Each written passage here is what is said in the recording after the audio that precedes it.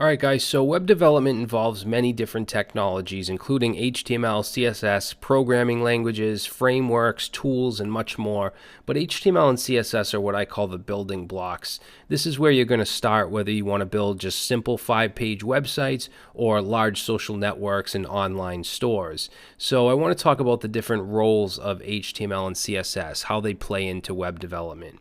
So HTML is actually short for Hypertext Markup Language, and that's exactly what it is. It's a markup language. Many people that are brand new to web development think it's actually a programming language, but it's not.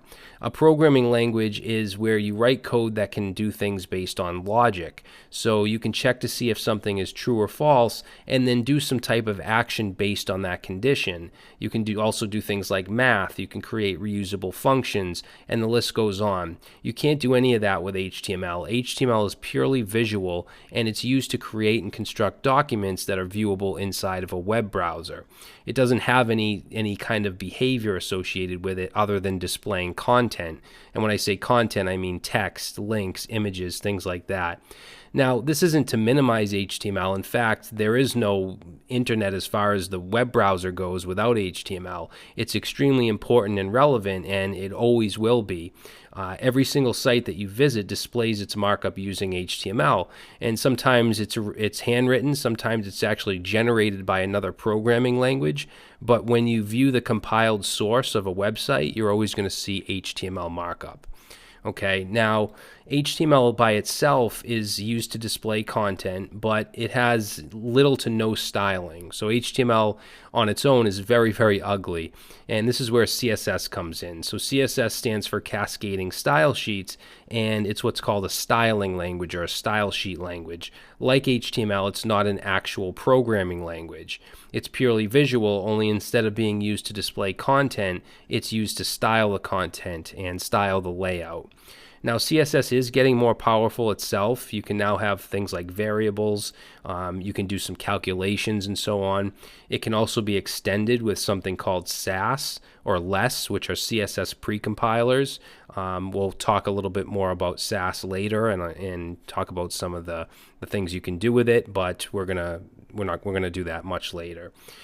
So basically these two go hand in hand. HTML handles the content display, CSS handles styling it with colors, alignment, fonts, and everything else to do with the styling.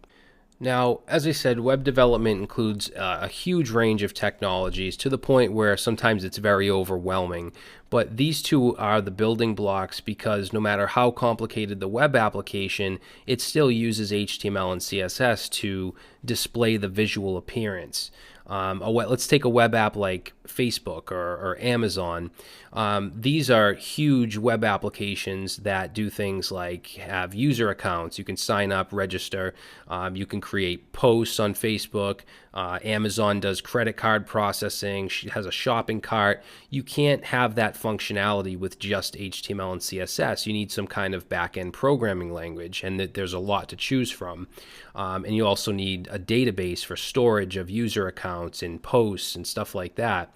Now, this is stuff you're going to learn in another course, but without HTML and CSS, Facebook and Amazon cease to exist because HTML and CSS are responsible for displaying the content to you in a browser, whether it's on a computer, mobile device, or tablet, whatever it may be. So these two technologies are always the first ones that you're going to learn before moving to more advanced web programming to build shopping carts and stuff like that. So you can kind of think of HTML and CSS as the human body, and think of programming with other languages as the human brain. They both need each other. Now, JavaScript is sort of in its own league because it is a programming language, but it can run on both the front end, which is within the browser, as well as on the back end server. Okay, so JavaScript can be used in the front end for things like form validation, click events, stuff like that. So JavaScript is probably the next thing you want to learn after HTML and CSS. All right, so we've established basically the purpose of HTML and CSS. It's to display web pages and style web pages. So what can we do with just HTML and CSS, not knowing any other programming language? So after this course, you'll be able to build any kind of static website.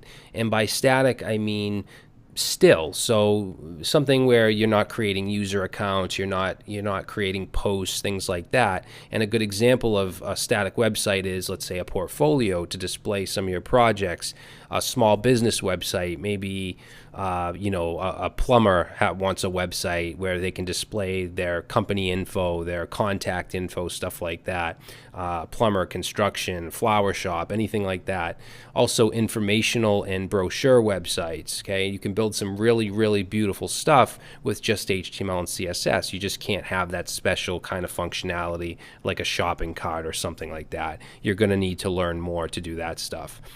You can also build the visual part of anything. So even an online store or a huge social network like Facebook, you could build basically the shell of it. You'll just have to have a programmer add the life to it where you can actually click post and have it post, or upload an image or something like that. Okay, so you can do this stuff with just HTML and CSS, and I'm going to show you all of this throughout the course.